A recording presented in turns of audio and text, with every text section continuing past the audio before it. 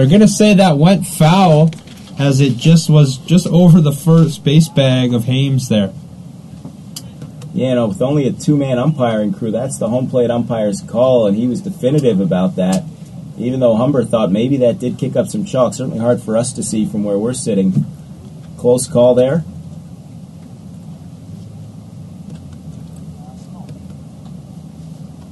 Foul ball goes down as a strike, as it's now King is ahead, 0-2.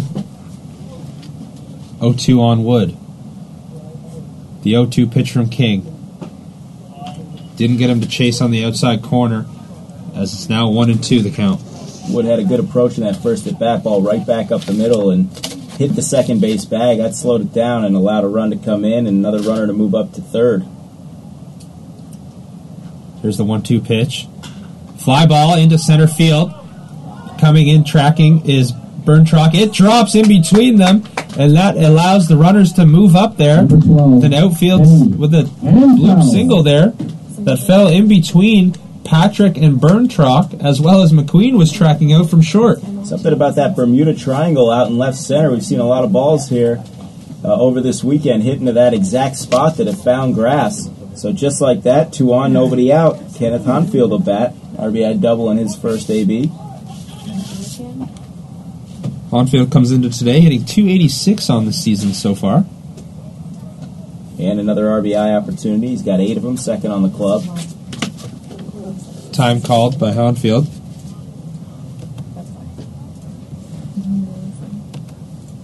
It's working, I just can't get away.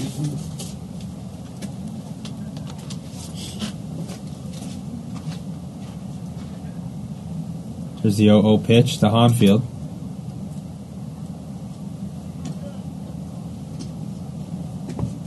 And their hard hit ball down the right field line, but that is foul. Hard hit ball to Michael. Just got a little bit out in front of that one.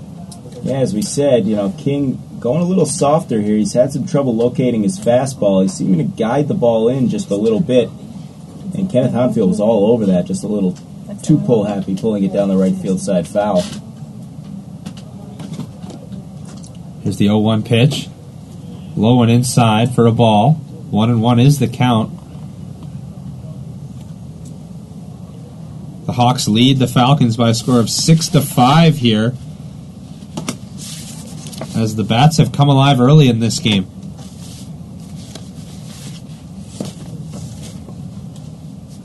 But a pitch grounder to first. That's going to get by the first baseman Hames. As the runner, they'll hold the runner. No, they'll waving it around. Coming in to score is Wood.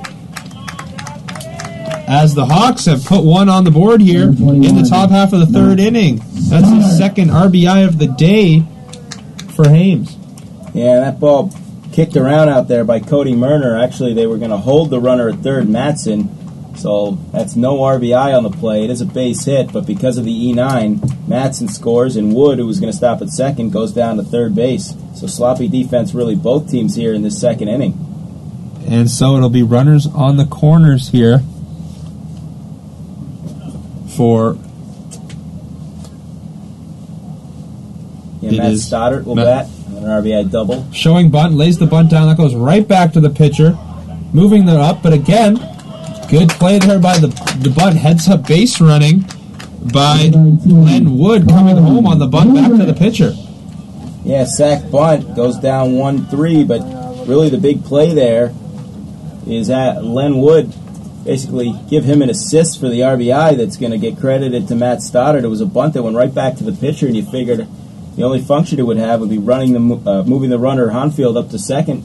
But a heads-up play by Wood, breaking for home and coming in to score. Honfield does go to second as Colin Gringrich comes into bat.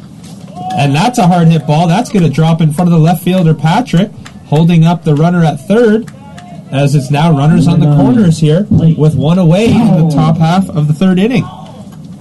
Yeah, just serving that ball the other way, taking what Christian King gives him. And Christian King not fooling anybody here in the second inning. And just as we say that, we see a left-hander getting loose down in the Fanshawe bullpen. Try and see who that is.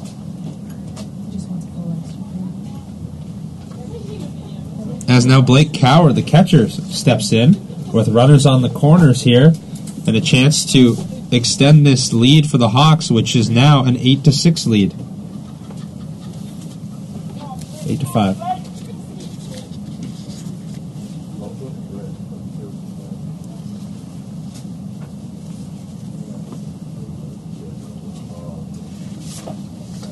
First pitch in there, breaking ball for a strike.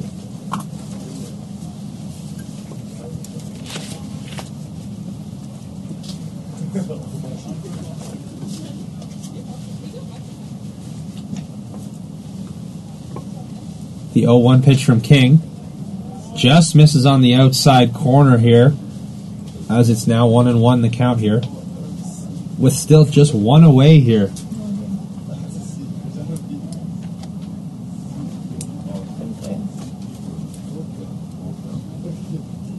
The 1-1 pitch from King.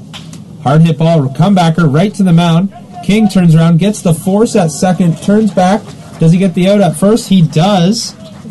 And so, the Falcons get out of the second inning, but not before the Humber plates 2 across here in the bottom of the second, as it is now an 8-5 lead here for the Hawks. Yeah, that was a gutsy play by Christian King. Saw the runner break for home, but he was confident enough that he could turn that 1-6-3 double play, and sure enough, he did, and Fanshawe gets out of further trouble.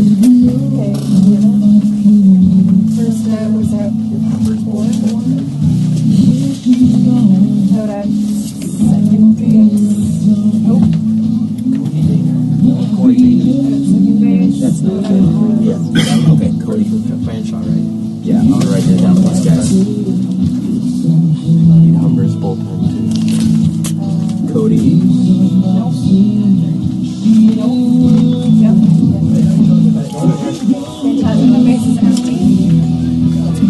It's spelled like this, but it's pronounced Boehner. 33 for Fanshawe's loosening up the lefty, so I don't know if he'll come in. Yep. Where you got the next two? This must be only if they're safe. Okay. He was an advanced base runner. Tell him that he stayed there. Oh yeah, he stayed. So we've had a wild couple of innings here so far. Yeah, Paul, the Bats have been alive here in this game here after 2 innings. As well, the Bats have been alive, Paul, but there have been some command issues. There have been 4 batters hit, as well as a couple throwing errors, as Mike was alluding to. Absolutely not a great day if you're a pitcher for either side. See down in the Fanshawe bullpen, that's Cody Boehner, number 33, warming up for them. So you wonder if Christian King's day is done. No, but on the mound for the Hawks is still number 19, Cameron Gray. Cameron Gray. There was some action in the Hawks bullpen last inning, but Gray settled down and still confident in his stuff. And he stands in here against Mike Ambrose. First pitch is a ball, 1-0. Another cloudy day here at Connervale Park. The 1-0 from Gray, outside, ball 2. Saw the sky play some havoc yesterday. And the ball's up in that sky, kind of blends in with the clouds. 2-0 from Gray, inside and a little bit up as well, 3-0 now. We've seen that in the first couple innings. Gray really having a hard time getting the ball down as he's leaking his fastballs up high in the zone. That one in there for a strike through 2. The leadoff batter has gotten on in every half inning so far. Here's the 3-1 from Gray. Hit on the ground to third. Now it's the shortstop, Madsen, who picks it up. Throw to first in time.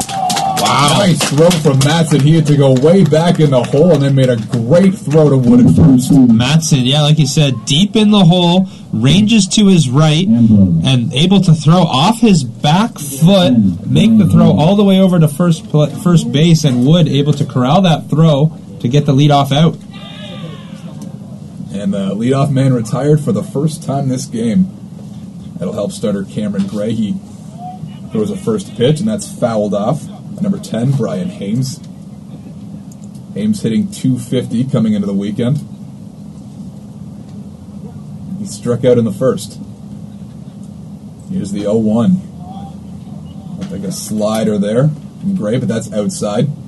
And the count is even at 1-1. I think if you're Gray this inning, you want to, again, importance of a shutdown inning. Your team's put a couple runs on the board for you. Absolutely. Another good pitch there. And he's quickly ahead 1-2.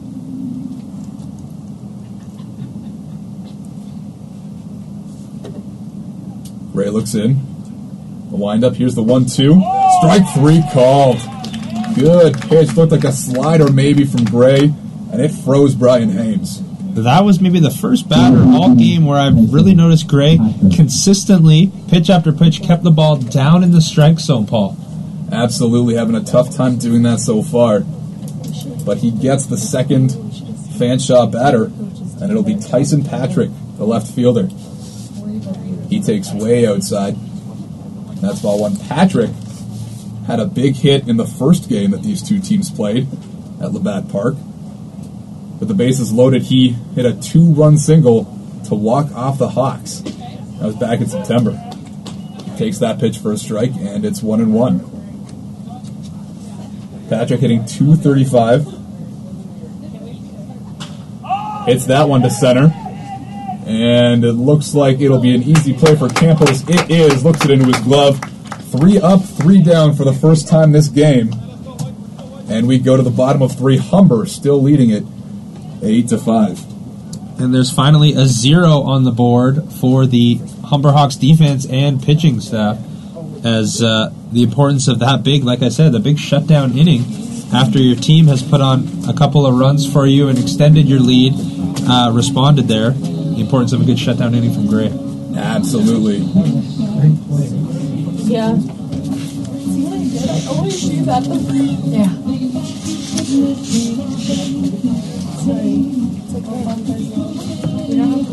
So for Humber, they'll lead off with their number 9 hitter, Andrew Thompson, playing left field today. They'll be followed by Andreopoulos, hitting for the 3rd time in 3 innings. And then Daniel Campos, the center fielder. And this, it's still going to be Christian King on the mound here to start the bottom half of the 3rd inning. We mentioned for Cody Boehner. He might be ready, or they might have decided to give Christian King a little bit of a longer leash because Boehner has sat back down in that Fanshawe bullpen. Humber threatened last inning. They did score 2. Still had a runner on when Blake Coward grounded into a double play.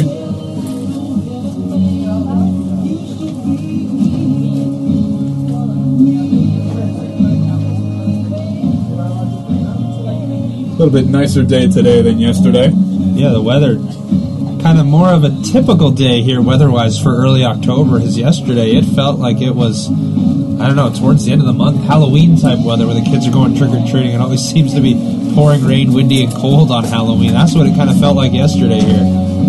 No rain expected today, and it's a little bit warmer than it was yesterday. Also, no trick-or-treaters expected here today.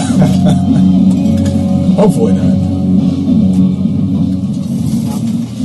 So in steps Andrew Thompson. Andrew Thompson. Hitting from the left side. And facing Christian King. Humber up 8-3 here in the 3rd. 8-5 here in the 3rd.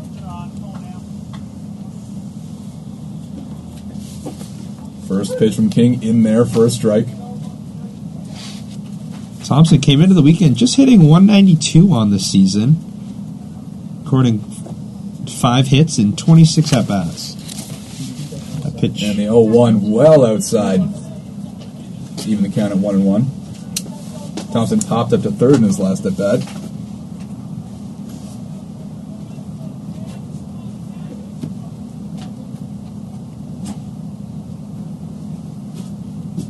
King looks in, gets the sign, and he's ready. Here's the 1-1. Right in there and slapped to the gap. The center fielder not going to get there. And there goes Thompson. He's at second. He's making the turn. He's going for 3. The throw in from the center fielder, Buntrock, not even close. And Andrew Thompson just mentioned he was struggling a little bit at the plate. Well, he hits a triple to the gap. Yeah, Thompson went down and got that pitch, as that pitch from King was down in the zone, but Thompson went down and got it, hit it off, kind of a little bit the end of the bat there, and drove that, like you said, to the gap, and it got right all the way up to the warning track there, as Thompson is aboard here with a triple. One of those players who looked like bunt rock tried to cut it off before it could get to the wall, and if you miss it, then you've got a straight run back, and that allowed Thompson to get all the way to third. And now Steven Andriopoulos gets hit, and it'll put runners on the corners here for Humber. Nobody out here in the third. And another thing on top of that leadoff triple there by Thompson, if you're the Hawks, that's your number 9 batter getting on base with a triple to turn the lineup over. And now your number 1 hitter, Andropoulos, gets on base being hit by a pitch. Definitely helps. The one thing you notice looking up and down these lineups, Humber's 7, 8, and 9 hitters considerably better than Fanshawe's 7, 8, 9. Yeah, statistically coming into today, this weekend, absolutely agree. So Daniel Campos stands in, sitting 310. We've seen it already earlier in this game, the advantageous play to try and want to advance the runner at first to second here with runners at the corners. Andriopoulos does have 7 stolen bases on the year, 8 after his steal in the first. He's been on base all 3 times. Showed steal there, but was a good pitch out play there by Refalingas there as he forced Andropoulos to break back to first. But you're in tough now if you're Christian King down 2-0 to Daniel Campos. King gets the sign, comes set. That pitch, Campos slaps that one to left field, and that's going to bring in another Humber run. It's now 9-5. Again, that's just a good piece of hitting there by Daniel Campos. He waited on that, and he went down and got it and slapped that one the other way into left field, and it brought the runner in from third to extend this lead here for the Hawks. And a mound meeting now for Fanshawe. This game very much in danger of getting away from them here. There's now a 9-5 lead here for the Hawks in the bottom half of the third inning with no outs. Yeah, you're still well away from that 10-run mercy. But things are not looking good. 2 on here with nobody out. It'll bring Sean Matson to the plate. Matson with a great play last inning, going deep into the hole at short. Made a great throw to Wood at first. He steps in, hitting .478 with 9 RBI. His bat has been equally as impressive as his play in the field so far this season. He's another Hawk who's been on in his first 2 at-bats today. Big breaking ball from King, but it misses. He's having a tough time throwing strikes, and it's 1-0. Just not getting ahead of hitters here this afternoon.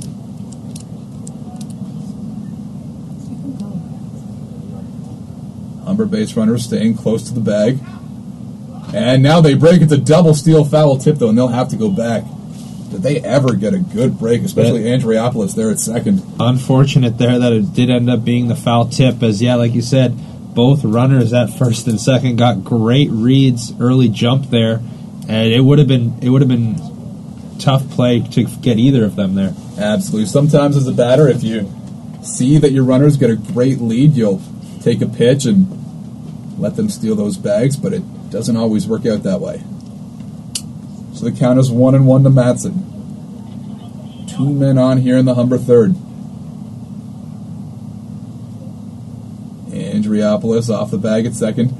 Here's the pitch, swing and a miss. Good late movement there on that pitch there from King, as that he had the batter Matson swinging for the fences there on that one. He's been trying to entice Humber hitters into swinging at that sinker all day, and they just been letting it drop out of the zone for a ball. Been very, very patient so far. It's the count 1-2 to Matson. Here's the pitch, well high. A pitch again, nowhere near the strike zone there from King, as he's definitely having command issues here, coming in, having forced into this game here early on in relief appearance. And Bain standing in that Fanshawe bullpen, not throwing. Looks like this might be Christian King's last batter, depending on whether or not he can get Madsen. Here's the 2-2, and the runners are going to throw down to second. Not even close. Good job, though, by the second baseman, Noonan. That throw was in the dirt and nearly got away from him. That would have allowed a run to score. As it is, both Humber runners move up on the double steal. Andriopoulos to third, Campos to second. Andriopoulos and Campos again. Couple pitches earlier, they had the double steal on, but at the foul tip, they had to go back. They held it off for a couple of pitches. Third base coach put it back on, and they executed it to perfection again there, Paul. Definitely did, and I wonder what Reflinghaus was doing, throwing down to second there. It's the longer throw, and it was to the first base side of the field. Throw looked a little bit short too, so needless to say, it's runners at second and third. Nobody out here as the Hawks lead by a score of 9-5. King looks in, taking his time. Here's the payoff pitch. Strike three called. Madsen doesn't look happy. He was breaking out of the batter's box there, heading for what he thought was going to be a first base here. As like you said, this pitching coach out to the mound here visiting King. And regardless of getting the strikeout of Madsen, that is indeed Christian King's last batter. Bain will come into the game for Fanshawe.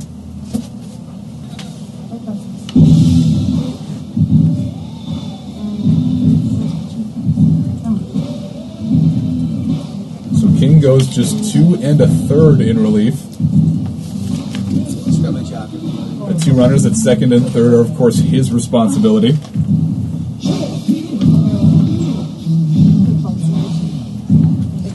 Bain, a tall left-hander, wearing number 33 for Fanshawe. And this is a big moment in the game right here, Everett. 2 men on Humber, already up by 4. And Fanshawe has shown the ability to put up some runs and get themselves back into this game once.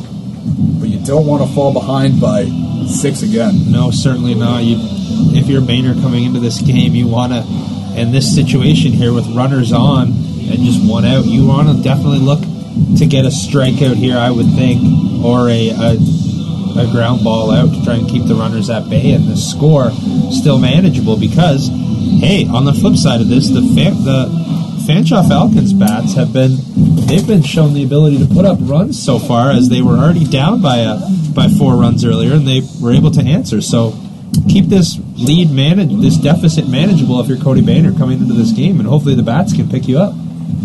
Absolutely true. So a couple of left-handed hitters in a row here, and maybe that's the thinking behind bringing in the left-hander Boehner. Number 8, Len Wood with a big game in that first doubleheader against Fanshawe.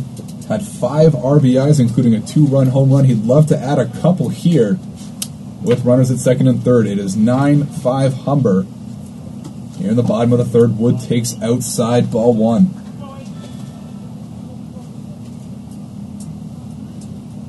Wood hitting .313 coming into this game. As we mentioned, the 1 home run, 7 RBI.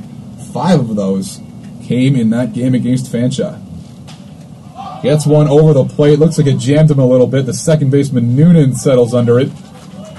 And that's the second out. Like I said, Boehner comes in and forces a fly out. Kind of Wood got a little bit, that pitch was high in the zone. He kind of maybe saw RBI written all over that one, but just got under it a little bit there. A little bit harder to get around on that pitch as a left-handed hitter. You've got just a little bit less time to react.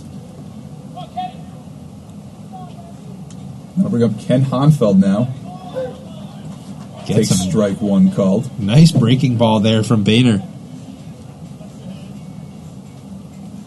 It's count 0-1 on Honfeld. up these base runners and really put the pressure on Fanshawe here early.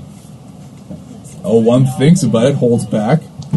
Ball in the dirt, and the count is even at 1-1. Boehner looks like he's trying to work down and away here to these left-handed batters of the Hawks. Not a bad idea, but there is a big hole on that left side. The third baseman playing close to the bag. The shortstop playing closer to the bag at second. So if he can take one of those pitches on the outside part of the plate and hit it to left, that might score a couple. Swinging through the ball there, and that's back to the fence. And the count moves to 1-2. Just a little late there. Was Hanfeld. Just couldn't quite get around on it. Hanfeld playing right today. Hitting 286 coming in. Here's the 1-2 from Boehner. Swing and a high fly ball down the third base line in foul territory, but playable. Nope. And it drops in. That's a tough ball. Third baseman Ambrose was there. McQueen came over. Left fielder Patrick there as well. And nobody could find it. Yeah, Ambrose got a little turned around there in foul territory, as I think he kind of overplayed that ball and then had it, or maybe the ball just drifted back a little bit towards the field of play there, but needless to say, works in the favor here of the Hawks. So the count's still at 1-2. Boehner comes set. Here's the pitch. Swing and a miss.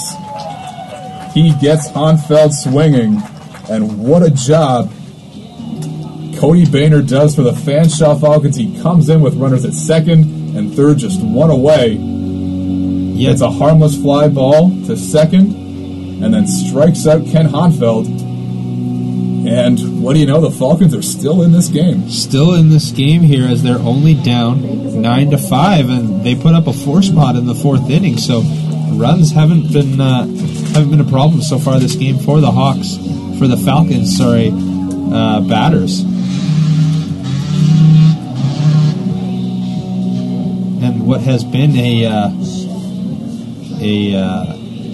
hitting filled game here in the Battle of the Birds here, the Hawks against the Falcons here at Connervale Park. A ton of runs. Not really what you'd expect out of Fanshawe. Fanshawe sits dead last in the OCAA in a lot of offensive categories. They rank last in hits, in extra base hits, in walks, in average and slugging percentage, but they've put up 5 here already, and they're going to need at least 4 more to get back into this one. No, hopefully if you're Cameron Gray on the mound here for this, comes out for the top half of the 4th inning for the Hawks, you need a shutdown inning. You need to, show your defense and show that you're settled in, and they can as well as count on some solid defense in behind him, which we've seen so far with the play from Matson, that the defense is on their game today so far as well.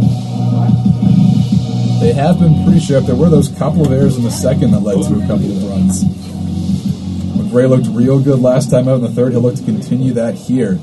Leading off for the Falcons, number 28, Alex Shanu. Leading off for the Falcons is Alex Shanu, the number 7 hitter. First pitch from Gray is low and inside, nearly clipping Shanu. That's definitely not what you want to do here, as the count is the 1-0. Gray has not been afraid to work inside to those Falcons hitters. The 1-0 pitch from Gray. Just as you say that, he tries to get on the chase to the outside, misses off the plate there, as Gray falls behind here, 2-0 to Shanu. The 2-0 pitch from Gray is a chopper right back to Gray. Gray will just underhand it there to first base to Wood to record the out, as now there's one away here in the first inning. Fair 4th inning, sorry. And if you can hit that inside part of the plate consistently, it does let you go outside, maybe move the ball a little bit off the plate and get some hitters chasing, but Gray so far hasn't had terrific command of those corners. He's looking to rectify that here in the 4th. And the number 8 hitter, Jeremy Nonan, comes in. Takes a first pitch strike on the inside half of the plate there. Nonan comes in, like you said, hitting just 184 here, 154. The 1-0 pitch in there, swing and a miss for, as it's now 0-2 on Shanu. Gray coming right after the 7-8-9. The 0-2 pitch, tries to get him to chase outside. No. No saying no. As the count now, 1-2. The 1-2 pitch. Again, just misses on the outside. Coward tried to do his best to frame it there. Just a little bit too far off the plate to sell that one for the home plate umpire.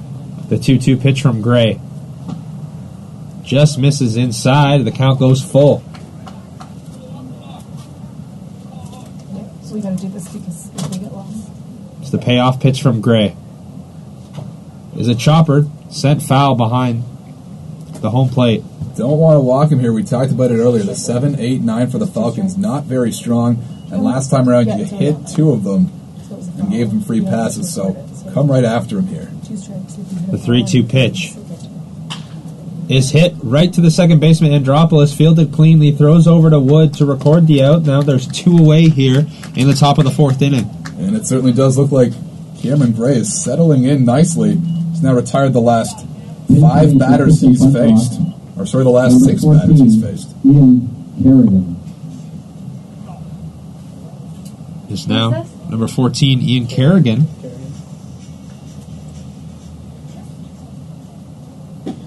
He takes a first pitch called strike. 14. There's the 0-1 pitch. Is high. 1-1. Just forget about this. Kerrigan comes in today hitting .333 on the season. The 1-1 pitch. Just couldn't get around on that one as that one goes foul. And so Gray 1 pitch away from a second straight perfect inning. The 1-2 pitch is in there for a called strike. He strikes out the side, goes down looking, as it is a 1-2-3 4th inning here for Gray. And out to 0. As the Hawks, after top half of the 4th inning, still lead by a score of 9-5. Paul Everett, you and Mike talked about it a little bit earlier that Gray didn't have his fastball command. And it looks like he's found it. When you have that fastball command, it lets you do so much else. Able to drop that slider in for strike 3. And all Kerrigan could do was look at it. Exactly, and the importance now, you look at the score sheet there, a 0 put up in the 3rd inning by Gray, as well as a 0 put up in the 4th inning by Gray. Really, as I say, settling in here, Gray appears to be, as if you're the Humber Bats, that's a good thing. If you know you're hitting and your pitcher's on his game, it gives the batters the an extra thing that, hey, I'm going to go after this pitch, because my pitcher's going to shut it down. Very true. You love to keep your defense on their toes when you're throwing strikes, putting pitches over the plate. That's what keeps your defense behind you in the game. And Gray really has settled in when you factor in the couple of hit-by pitches and a couple of errors in the 2nd inning. Fanshawe has scored their 6 runs on just 2 base hits. Not often that you see that. No. It's going to be Stoddard, Gingrich, and Coward due up here in the bottom half of the 4th inning. Stoddard had what I believe was his first base hit of the season back in the 1st with that RBI double. And it is still Cody Boehner on the mound here for the Hawks in the bottom half of the 4th inning. Of course, Humber scored 6 in that big 1st inning. They batted around. Stoddard had an RBI double and then came in himself on. Leading off for the Hawks, number 21, Matt Stoddard. Came in on Andreopoulos' RBI single.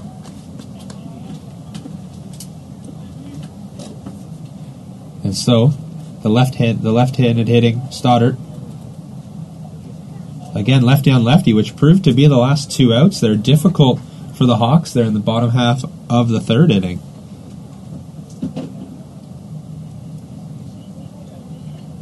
The pitch from Boehner in there for a called strike. Yeah, Everett, it's not often that you'll see a team line up 3 left-handed hitters in a row. Usually you like to break them up so that the other team can't bring in a lefty.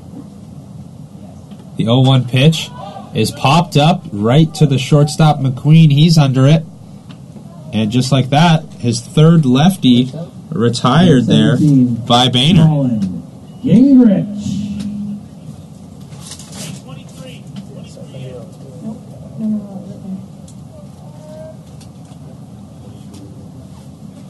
As it is now Keegan Murphy steps into the game here.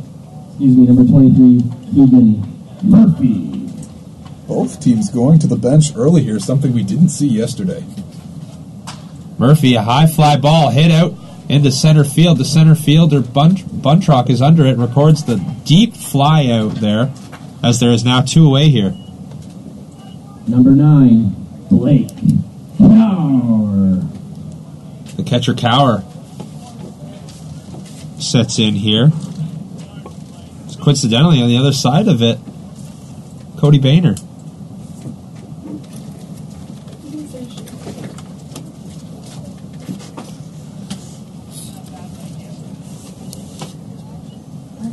It is McQueen has moved from shortstop to center field here for the Falcons, as Cower takes first pitch in there for a strike.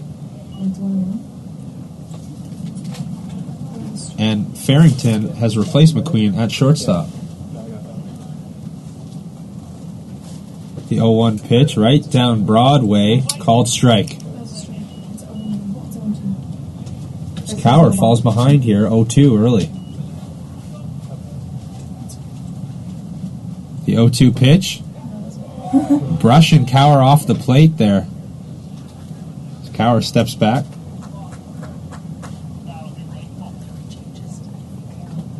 The 1-2 pitch from Boehner. Gets some foul tip there as the count remains at 1-2. Cower way ahead of that breaking pitch, but manages to stay on it enough to tip it into the dirt and stay alive. Here's the 1-2 pitch from Boehner. Fouled off again there by Cower, staying alive here in this at-bat. Boehner has really settled in here in the bottom half of the third and so far here this fourth inning. Here's the 1-2 pitch from Boehner. Swing and a miss. He struck him out as Boehner sets down the Hawks 1-2-3 to put a 0 on the board. And so after 4 innings, it is still Humber Hawks 9, Fanshawe Falcons 5. We didn't keep up with this. So Murphy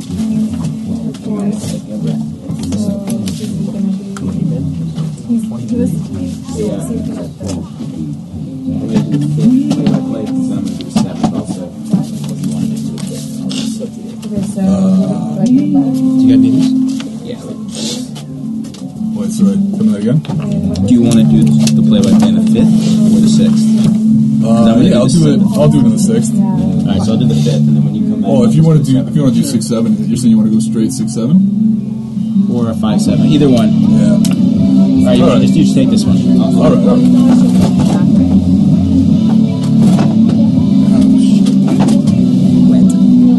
Turn the mics down because I'm trying to figure out. So Barrington is in at shortstop. Oh, yeah. So now the center fielder came out. So Farrington, not. Oh, I'm gonna actually switch to this one. Was that last inning or this is this inning?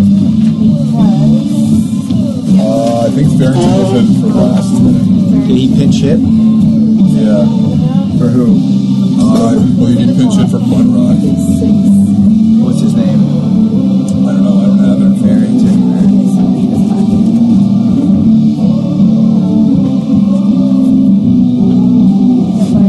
So he's the one that struck out then in the inning. Here? I don't even see it. Carrion. Do you see the number? Okay. 14. Yeah, but Yeah, it's I know. Carrigan. It's, I'll tell you in a second. Yeah, it's Ian Carrigan, number 14. What's he hit? I'll take a look. You said he hit for Buntrock.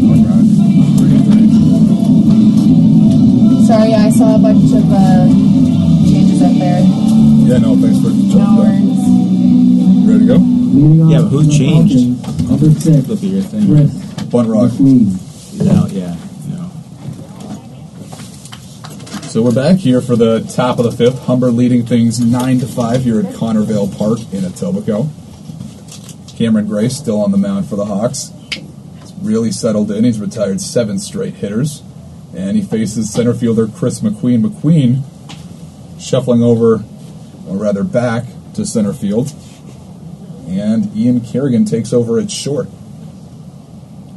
Here's the 1-0. Kind of, sort of showing bunt. And he'll take strike one.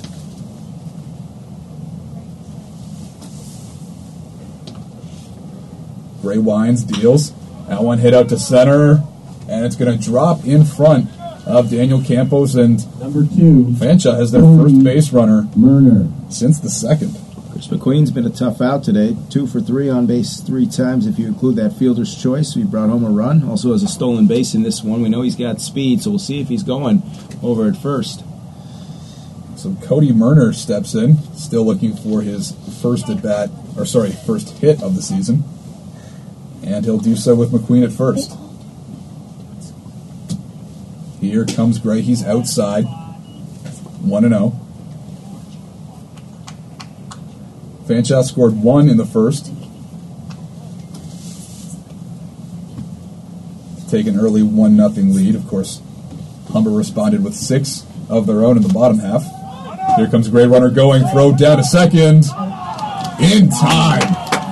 Nice tag by Andriopoulos. Better throw from Blake Cower behind the plate. And Humber very quickly erases that first base runner.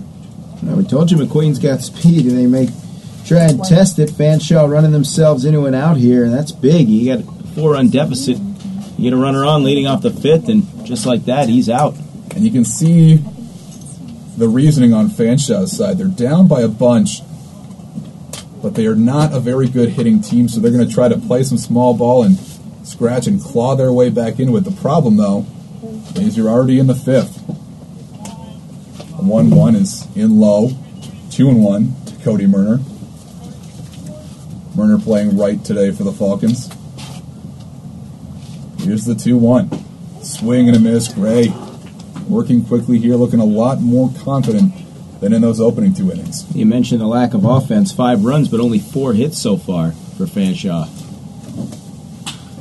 Swing and a high fly ball to center. Campos back, sets up under it, makes the grab. 2 gone here in the Fanshawe 5th. Number 19, Sean Reflinghouse. Reflinghouse walked in the first and then rounded into a double play in the second to kill a little bit of a Fanshawe rally. They put up 4 in the second. At the time, that made things a 1-run game at 6-5. First pitch in low.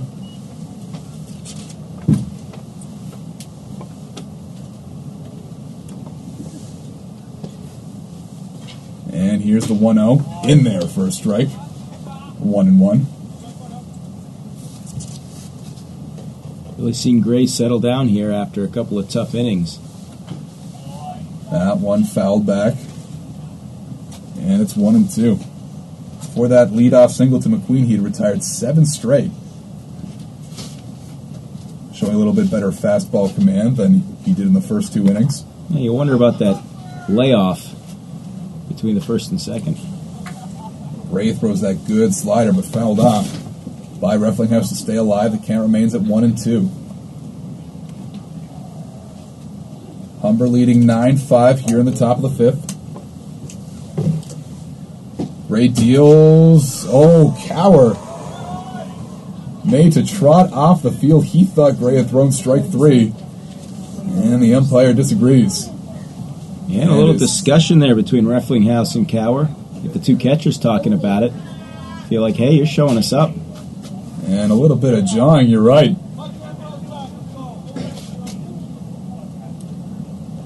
That's number 22, Mike Ambrose, who came over from the on-deck circle, and things getting heated. Some players coming out of the dugout. Looks like cooler heads will prevail right now, but the dugouts have emptied. Both teams on the field here.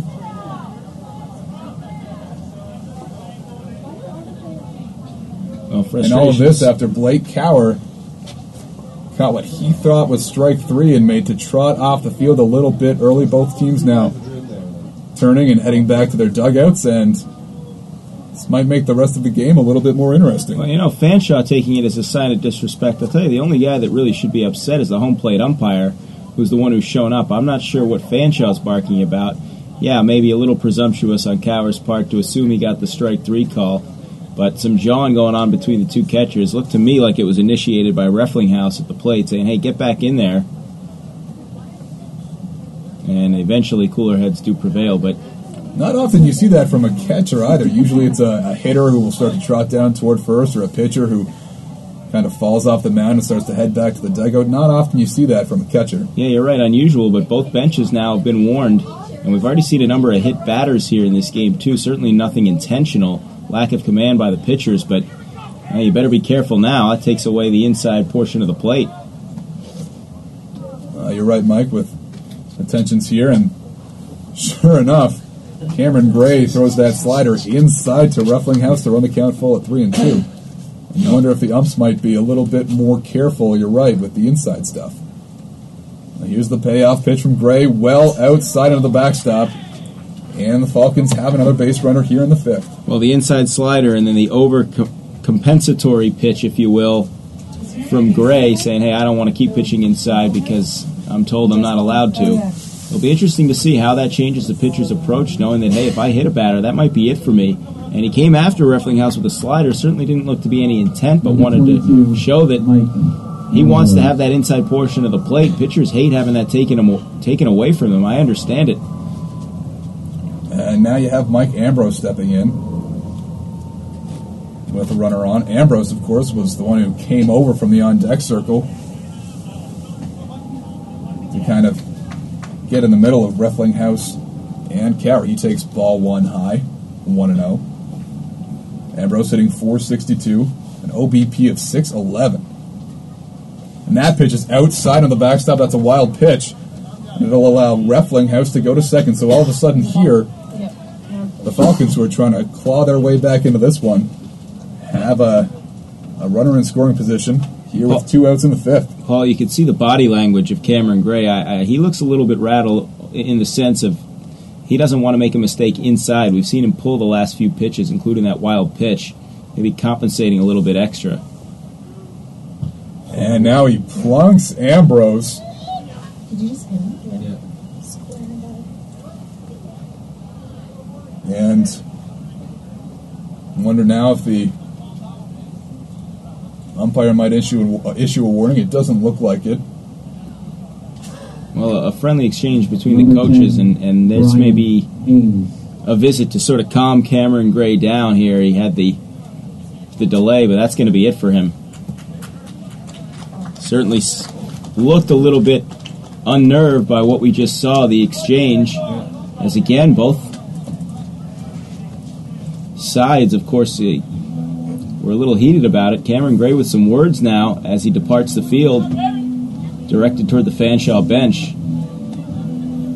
And so the 2 runners at first and at second are Gray's responsibility. He has pitched a good game so far, did give up 5 runs, at least to this point. But he really settled in after that second inning and was an out away from getting out of this 5th inning. 1-2-3. Then the walk to Reflinghaus after that exchange at home plate, and he hits Mike Ambrose. All of a sudden, Fanshawe is threatening here. And it brings in Tyler Geertsen. And Geertsen looking for a little redemption here. He was on the mound in Game 1, that first doubleheader at Banana Park in London on September 18th. The Hawks were up 4-2 in that one. A walk with the bases loaded made it 4-3. Geertsen came on to try to get the last 2 outs, and that was when Tyson Patrick laced a 2-run single to walk things off for the Falcons. So you know Geertsen would love to come in here and shut down the Falcons. Yeah, all of a sudden this game looked like it might get away from Fanshawe. They've hung in. Give credit to Cody Boehner for shutting things down. Last inning had a threat or a couple innings ago, I should say. And that's allowed Fanshawe to have an opportunity here. One swing of the bat, Paul. This could be a one-run game again. So a big spot to come into if you're Tyler Gertzen. And I think you have to give some credit, too, to Mike Ambrose. There was that exchange at home plate. He was part of it walking over from the on-deck circle, and he gets plunked and has the good sense to realize that it was not at all intentional. You're at a key point in the game. No way that Gray's trying to hit you on purpose. And he does the right thing and walks on down to first base. Well, I think Gray just unnerved by everything that happened. That's a lack of command. There's no intent on his part, especially given the warning that was just issued to both benches. So 2 outs, 2 on. Brian Hames steps in. He's struck out twice. First pitch from Gertzen outside. 1-0. 9-5 for Humber, but the Falcons looking to chip away here. They'll need a big 2-out hit to do it. Gertzen looks in, he deals. That's there on the outside corner, nice pitch. Evens the count at 1-1. Hames comes in batting .250. He hits from the right side. Facing a righty on the mound in Gertzen. Gertzen looks, deals, swing and a miss. And he's ahead 1-2. A big at-bat here in the top of the 5th. Just a note on Cameron Gray, came in with only 3 strikeouts in 6 2/3, had 3 strikeouts here today in 4 2/3 innings. More hit batters than walks. Gertzen, strike 3, big hook there. Hames not at all happy. But that's the hat trick for him, 3 strikeouts today. And we'll go to the Humber 5th. Humber leads things 9-5 here at Connervale Park. And we'll look to see if Boehner comes back out for the Fanshawe Falcons. Haven't seen any activity in their bullpen, and Boehner's been kind of a steadying force so far. Almost surprised they didn't go to him sooner. He looks like he's got pretty good command. Christian King was sort of fighting himself a little bit, did an okay job to stabilize things after the horrific outing by Travis Rice, but Cody Boehner looks like the guy that maybe should have been out there before Christian King even, so we'll see if he can keep Fanshawe in the game. You're down by 4 runs with only 2 turns at bat left, so certainly at a premium right now. We can close the book on Cameron Gray. 4 2/3 gives up the 4 runs all earned on 4 hits, 2 walks, 3 strikeouts. Told you he hit 3 batters and had a couple wild pitches. But overall, Paul, what's the biggest thing as a pitcher? Just keep your team in the game, give your team a chance. Wasn't the world's greatest outing for Cameron Gray, but he's in line to get a W. Absolutely. And in a game, in a weekend like this, both teams played a doubleheader yesterday. Both teams obviously playing today in a doubleheader. Managing your pitching, managing the innings becomes so important. And so you're right. If you can go 4 and keep your team in the game, well, that's really all they can ask.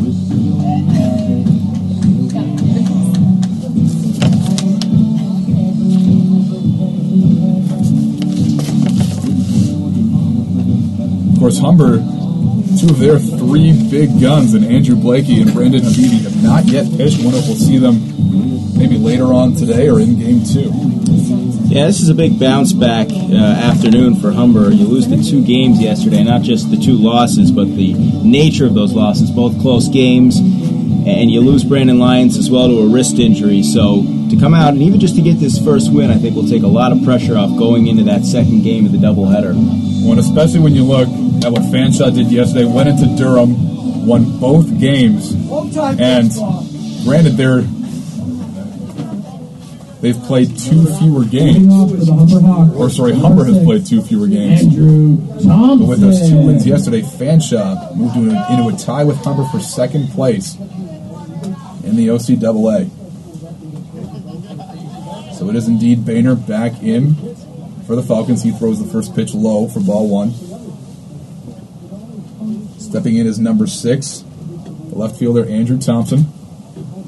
Lefty-lefty matchup here. Thompson really had a nice swing on that last at bat, ripped that ball into the gap for a triple and came around to score on the base hit by Campos.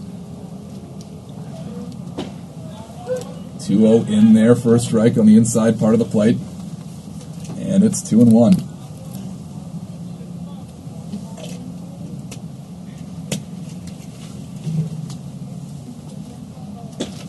In there for a strike right across the heart of the plate. Wonder if Thompson was expecting something else. The count moves to 2-2. Boehner looks in. He deals. Big hook, and that comes in just high. Boehner sets up way to the right of that pitching rubber. A little bit unconventional for a left-handed pitcher. An open stance. Comes home on the 3-2. That one's low and in the dirt. Good eye from Thompson, and he'll move up to first with the free pass. Steven Andropoulos. Andropoulos comes up here. He's been up 3 times, and he's been on base all 3 times. Had a walk in the first, RBI single in the second, and was hit by a pitch in the third. Helping create some offense, couple of stolen bases as well. Another lefty-lefty match, but a lot of lefties in this Humber lineup. Pops it up on the bunt attempt. Diving effort by the catcher, Reflinghaus, and he just misses it. Dangerous play there, almost jammed his glove hand into the field, but it looks like he's all right.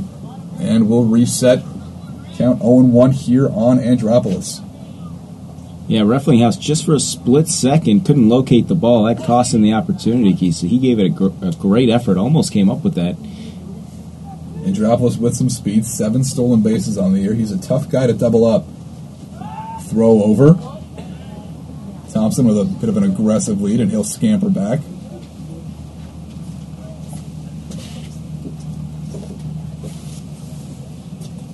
Andropoulos looking for a sign from his third base coach. He's ready, and he'll stand in.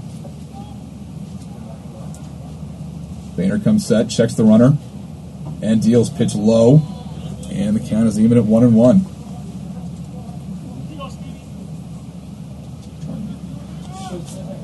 Andropoulos now with 8 stolen bases, actually. Stole that base in the first inning, and came around to score on Sean Matson's RBI single.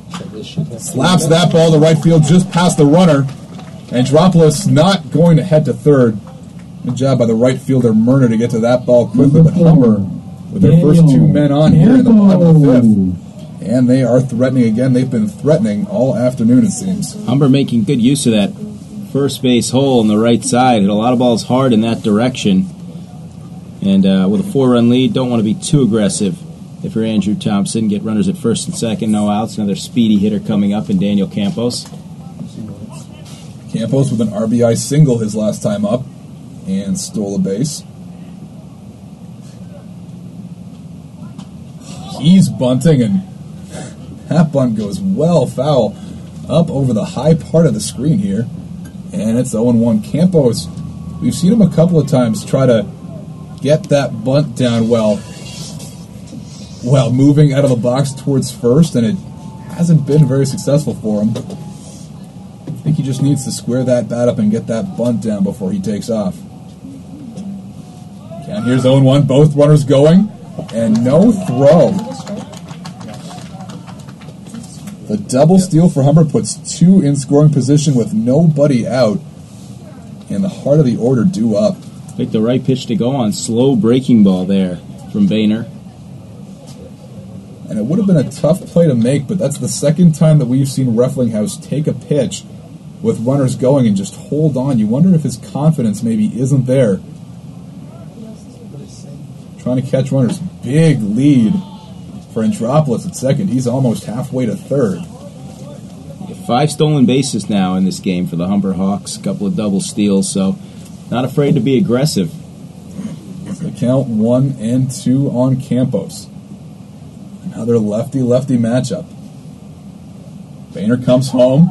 That one high in the air, not very deep, but it's going to be trouble maybe. And it drops in front of the in front of the shortstop, Farrington.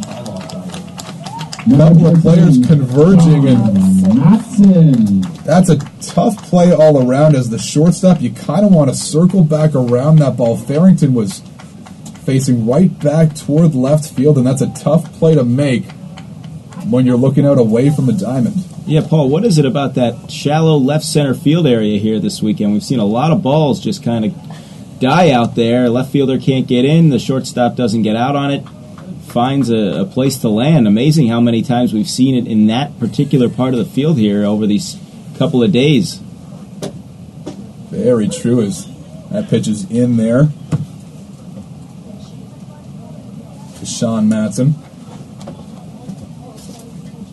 before our strike count moves to 1-1. And you're right that gray sky hasn't been as much of a factor here today. Sky a little bit darker than it was yesterday. Here's Boehner, runners going again. And again, no throw from Reflinghouse. And you wonder if the Humber Hawks have picked up on something, had a lot of time to throw down to third there.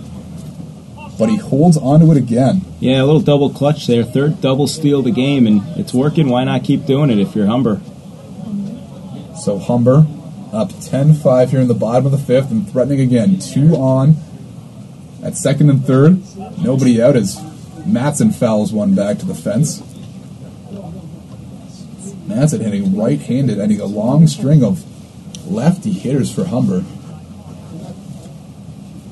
I guess you like your lineup to be a certain way, but odd that you'd see so many left-handed hitters back-to-back. Boehner is set, he deals. Swing and a miss. And they do, in fact, get Matson via the strikeout. Won't try for first base. And there's finally one out here for Fanshawe in the bottom of the fifth. So Len Wood comes up. Of course, he had that big game against Fanshawe last time.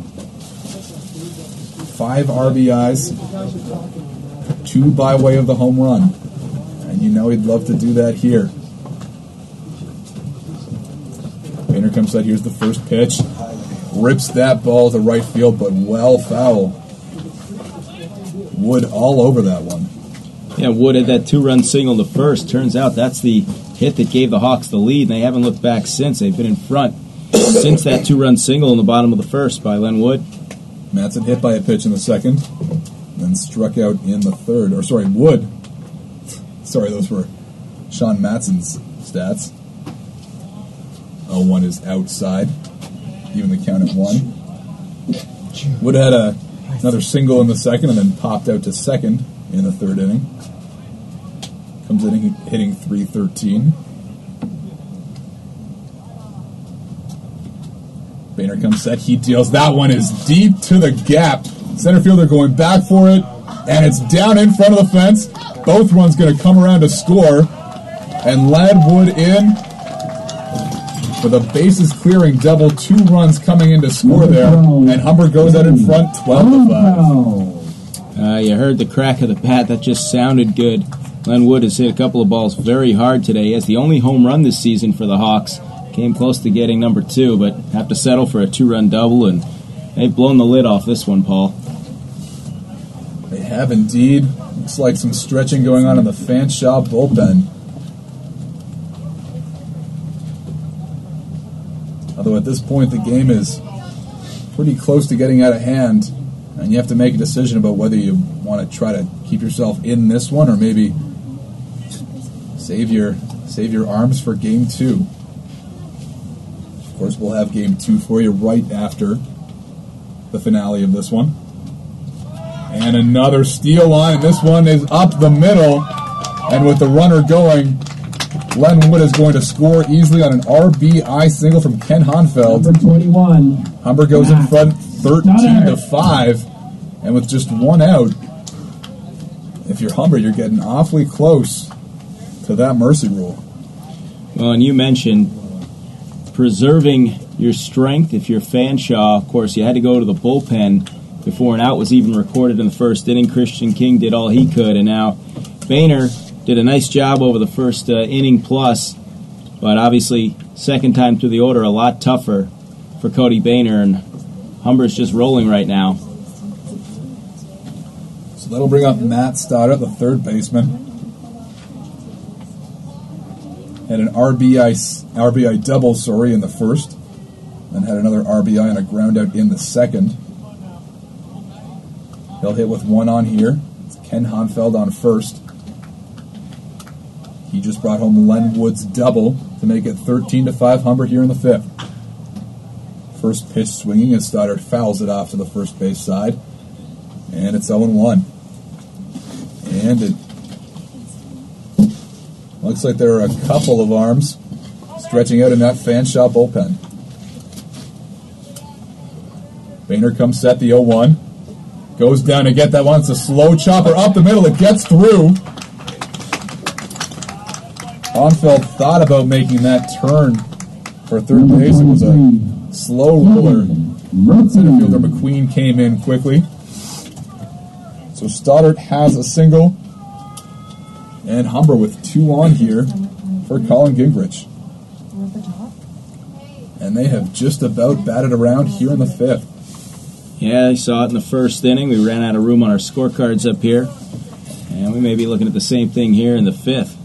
That's right. I think this is Keegan Murphy hitting for Humber.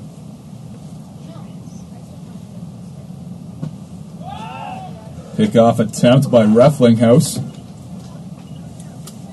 But Stoddard is back in there safely. Finally see Reflinghaus throw down to a base here. Humber has been stealing on him all afternoon. Seems that anytime they get somebody on, those guys are in motion 2 on here. We'll see if they try the double steal again. Here's Boehner's 1-0. No movement on the base paths, and that's low 2-0. Paul, you mentioned not throwing the ball back to the pitcher. Reminds me of movie Major League 2. Catcher had a little trouble throwing it back to the mound. The umpire finally had to talk some sense into him.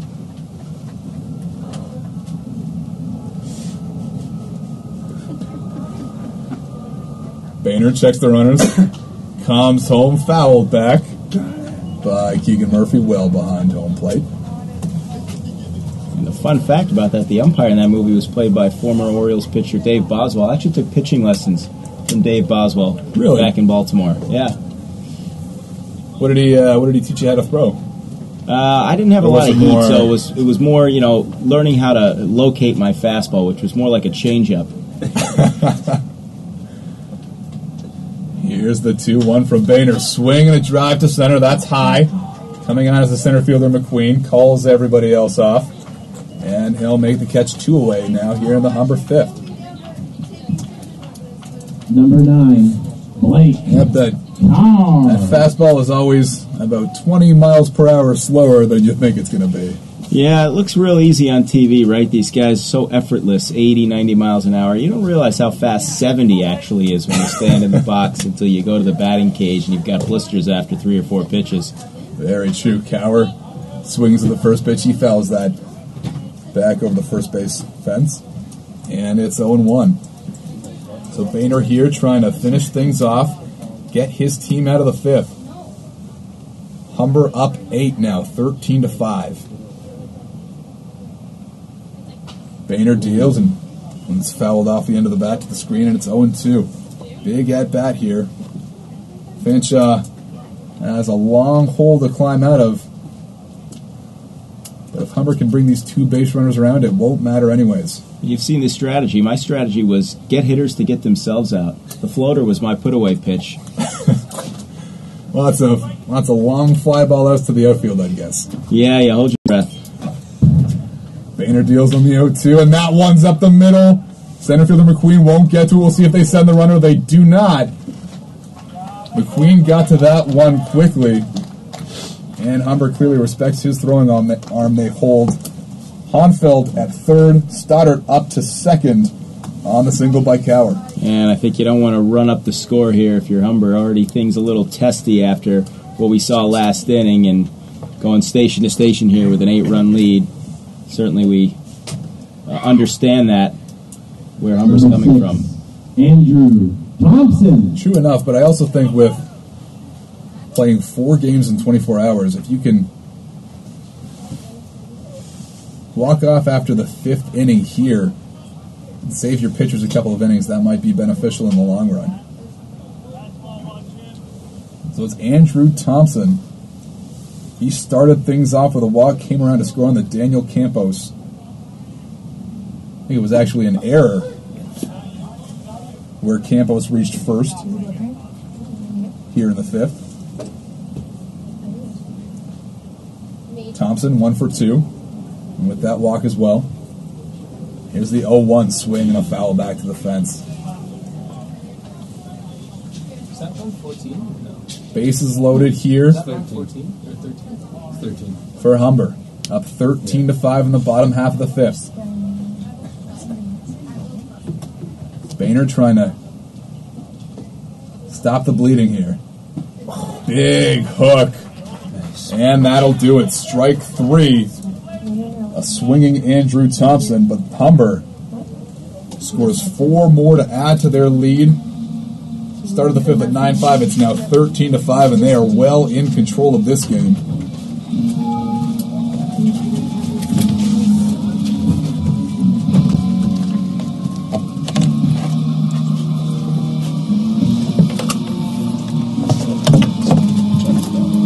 Bring a little levity. Talk about my. That's a true story. The guy who was the umpire in that movie used to pitch for the Twins. He took pitching lessons from me. The movie was filmed in Baltimore, and he was one of those old time pitchers you always hear about. Those guys that don't exist anymore today. No filter on what they say. Yeah. Score. Just started. We got Patrick, Shanu, and Noonan. The stream isn't working, just so you know. So no one hears any of this? Nobody sees any of it, I don't think. No, it's It says it's. no, it's working. It's being archived, but it's not. Is the Wi-Fi not working either? The Wi-Fi should be working. Yeah, Oh, it is. Come on. Wait, are there any changes for? Is that what you were saying? There were changes for the. No, I'm just reading out who's coming up. Oh yeah, Patrick, Shanu, and Ian Kerrigan hitting for Blind Rock still, I would guess. Any pitching changes, or is it still Cameron 50 Shades of Grey? Is that 16. No, I think no, it's Gertson now, right? oh, Garrison, right? Sorry.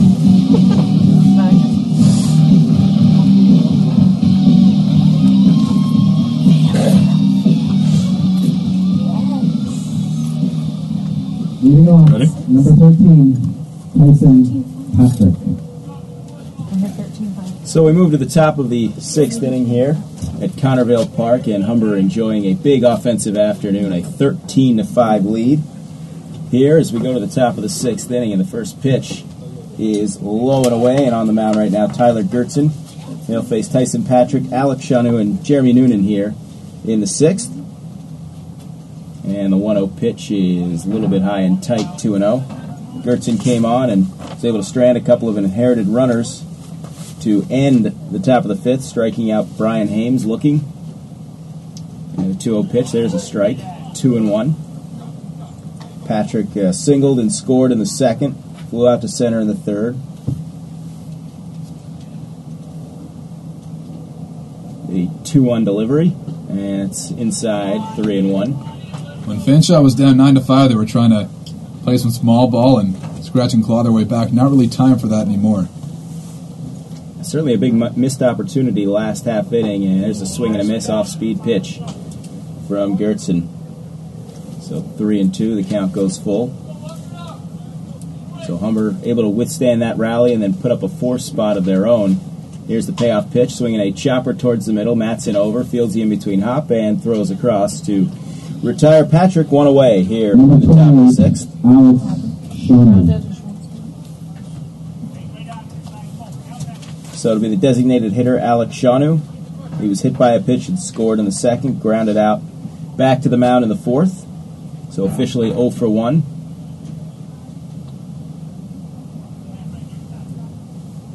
First pitch from Gertson is a called strike on the inner half, 0-1. Paul, very important for Gertson to maybe finish up here, save the rest of the bullpen for game 2. Well, he's coming right after these Fanshawe hitters. And that's what you want to see, swinging a foul back in off the hands of Shanu, and quickly 0-2. Especially against the 7, 8, 9, who have not done very much damage this season for the Falcons. Yeah, as you mentioned, good point. 154, 154, and 118, the 7, 8, 9 hitters coming into this afternoon. And there's a called strike 3 on the inside corner. Shanu down looking. 2nd strikeout and 3 batters for Tyler Gertson. And quickly 2 away here in the top of the 6th. We mentioned that outing back in September where he allowed that walk-off 2-run single with the bases loaded. And doing a great job here of putting that memory to bed. Actually in line for a save. As he came in and 4-run lead, but the tying run was in the on-deck circle, so officially that would be credited to him as he misses for ball 1 to Jeremy Noonan, and here's the 2nd delivery. That's high, 2-0. Noonan 1 for 2, a run scored.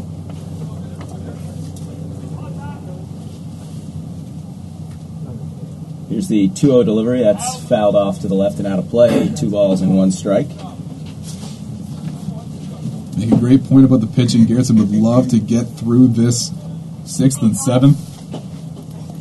Burned just 2 pitchers ahead of another game here this afternoon. It'll be a 2-1 pitch, and that's a little bit high. 3-1 on Noonan. Well, the magnificent complete game effort yesterday, despite the loss from James Burns, going 9 in a 3-1 loss. Here's the 3-1 pitch. There's a strike, 3-2. And if there ever was a hard luck loss, I would say that was it, going 2 extra innings and still coming up on the short end. Can't do very much more as James Burns. So it'll be a payoff pitch to Noonan, and there's a ground ball to second base. And Andropoulos with the play throws out Noonan.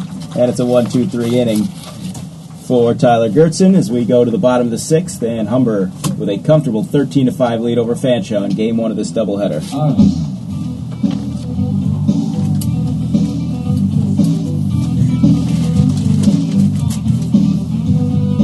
Of course, we all have Anthopoulos on our minds, thinking of the Jays, of course. But it's been a nice game here this afternoon for Stephen Andropoulos, Paul. Very nice game for Andropoulos. We mentioned that Campos yesterday led off both games, and Andropoulos batting down in the order, and they put him in the leadoff spot here today. He's been on base 4 times, a couple of base hits, a walk, hit by pitch. He's stolen 4 bases actually, driven home a run, so really making a lot of things happen at the top of the Humber order. He's also got an RBI. You mentioned Campos in those 2 caught stealing attempts yesterday. Those were the first 2 times he was caught stealing all season. He was 9-0 before that. Yeah, and both, unfortunately for the Hawks, costly caught stealings late in that first game. Kind of short-circuiting opportunities that Humber might have had to tie the game against St. Clair. What's that? Do you want anything for tips? No. And what ended up being a hard-fought doubleheader sweep at the hands of the Saints. Humber played them very, very close. Down 8-3 in that first game and came all the way back to make it 8-7. Had the tying run at the plate at the bottom of the 7th. And then that heartbreaker, as you mentioned in extras, going down 3-1. And James Burns, again, we mentioned a fantastic effort. He came in facing a team that was averaging almost 8 runs a game, held them to 3 over 9 innings. So that's a complete game, at least to the professional level. 2 extra innings here for high school. So, as we go to the bottom of the 6th, it'll be Andropoulos, Campos, and Matson. And Andropoulos takes a little bit low for ball 1. As we mentioned, on base 4 times today. Big game for Stephen Andropoulos as he takes a called strike, 1-1. And still on the mound here is Cody Boehner, trying to finish things off here for Fanshawe in Game 1. There's a slow curve. It's bounced to the right side in between hop by Noonan, and he will throw out Andropoulos. And no, it is dropped at first base. I thought it was fielded cleanly over at first by Hames, but could not come up with it. And I would think that would go down as 3. I think so, but give credit to Andropoulos. He ran that out all the way. It looked like a routine grounder to second, but he put some pressure on the second baseman, Noonan.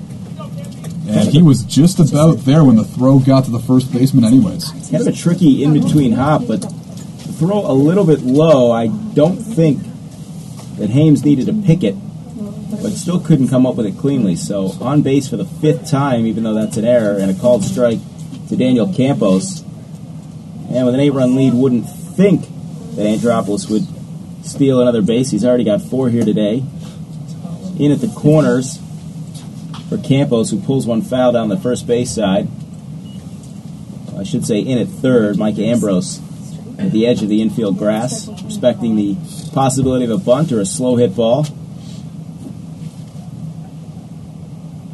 Campos behind in the count, 0-2.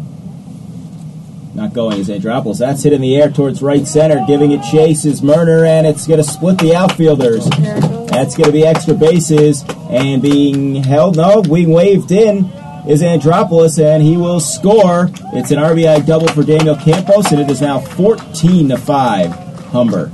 Did he ever hit that ball a long way? The right fielder, Murner, playing in a little bit, and that was well over his head. He didn't have a chance on that. got a good break on it, but that one was back to the fence and an easy double for Daniel Campos. On base, Campos is for the fourth time 3 hits in his last 3 at-bats, each one of them bringing home a run, couple of run-scoring singles, and now a double that split the right center field gap. So it is 14-5, and here's Sean Matson, who is 1 for 3, hit by a pitch, scored a couple of runs, couple of strikeouts, an RBI. Busy day on the stat sheet, Paul, for a lot of these Humber Hawks. Absolutely, lots of markings here. A couple of times batting around. Here's the 0-1 to Matson. That drops in there. Curveball for a called strike, 0-2. So Humber here, a base hit away from making this a 6-inning game. Yeah, the mercy rule would be in effect at this point. A runner at second, nobody out, so you figure 3 chances. Here's the 0-2 to Matson. That's a little bit high, 1-2.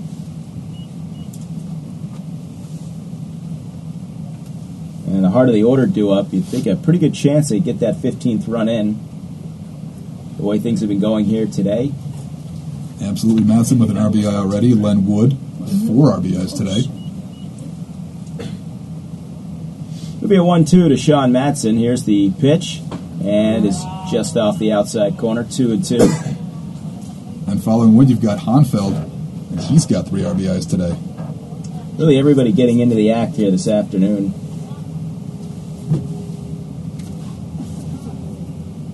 So the 2-2 pitch to Matson. That's fouled back. We'll do it again. We're looking down our stat sheet here, Paul. I'm looking to see who does not have an RBI, and the only 2 guys I have are Colin Gingrich, who's now out of the ball game, and Blake Cower. And actually, Thompson, I don't think has an RBI. He scored a couple of runs, so 7, 8, 9. But everybody today does have a base hit for Humber. Yes, sir. And that is low, 3-2 in the dirt. Now that's good. Nobody wearing the collar this afternoon. You always have that in a big offensive outburst. It always seems to be one guy that doesn't get in on the fun, but not the case today. All 9 and actually 10 as Murphy's in the ball game. Having fun this afternoon. The 3-2 is in the dirt, so Matson draws a walk. First and second, nobody out here, as Len Wood will be the batter. Number 8, as Paul mentioned, a big day for Len Wood. 3 for 4. A double, 4 runs driven in. He scored 3 times. Wood playing over at first base today and doing exactly what his title would say, cleaning up in that number 4 spot. And you have to think that Humber's hitters are, when you have a game like today where everybody's hitting well and you're making good contact, you can't wait to get back out there. And they'll do just that. Game 2 is scheduled to start about 30 minutes after this one ends. First pitch, Len Wood grounds it foul. Of course, the flip side of that is, if you're the losing team in this game, would you rather get right back out there and try and erase that bad taste or sit on it for a few days? So I would think both sides ready to go and play another game of baseball. Humber looking to carry the momentum, and Fanshawe looking to flip the tide a little bit. Curveball is a little bit high, 1-1 on Len Wood. Lefty on lefty. That has not bothered the Humber Hawks here this afternoon, Paul. Not at all. A lineup full of left-handed hitters, but it hasn't mattered. 14 runs to this point, and we're only in the 6th. The 1-1 pitch to Wood, attempted to chase that curveball, did not, and it is 2-1. Kenneth Hanfield will follow. Hanfield has also had a big day. He's 3 for 4 with 3 runs driven in and a run scored.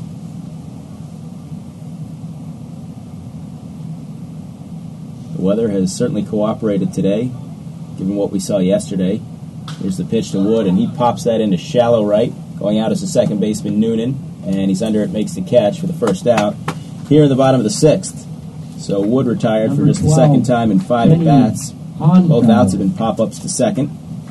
And Kenneth Hanfeld will step in. Hanfeld, as we said, a big afternoon, 3 for 4, 3 runs driven in, a run scored. Hanfeld playing in right field today. We saw him out in left in the doubleheader yesterday. Another left-handed batter against the southpaw Boehner. First pitch and a swing and a miss, 0-1 on Kenneth Hanfeld.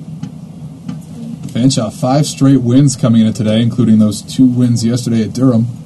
And Humber looking to get back on track after those 2 close games against the Saints. Here's the 0-1 pitch. That's fouled off to the left. Now, Fanshawe coming into this game 6-3. And with the loss, they'll fall to 6-4. But what's more interesting is their run differential will now be decidedly against. They came in with just a +2 run differential despite being 3 games over 500 and down here by 9 runs, possibly more. Pitch is lined out to center field and now coming in and then backing up and leaping, and it's over the head of the center fielder McQueen.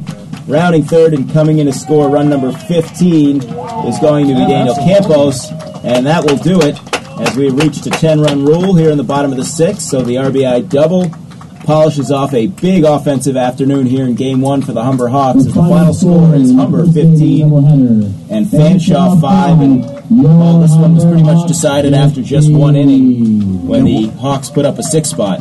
It looked like things were going to be a little bit closer, of course.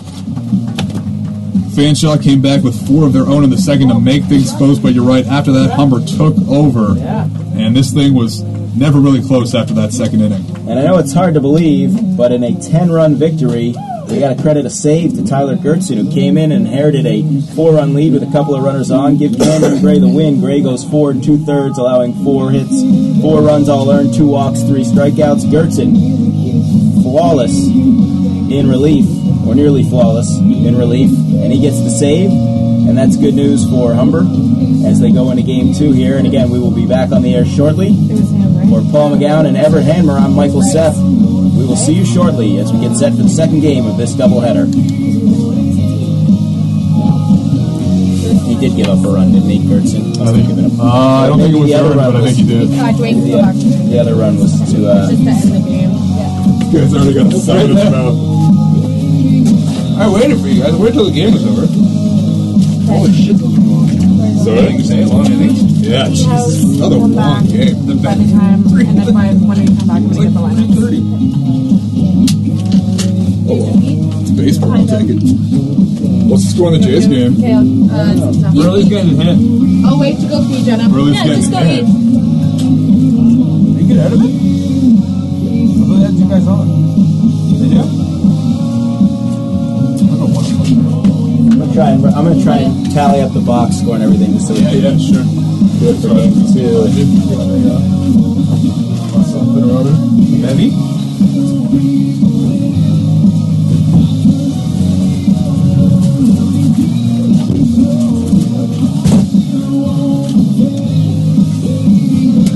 That was my bad. He gave up all 5 runs. Okay, you got to shut it down. I'm going to stop. Gertzen did? No. I mean, Gray gave up all 5. How many hits did you have, fellas? Pile. I'll tally that up here shortly for you because Big I got pile the of hits. score 1, 2 in that inning.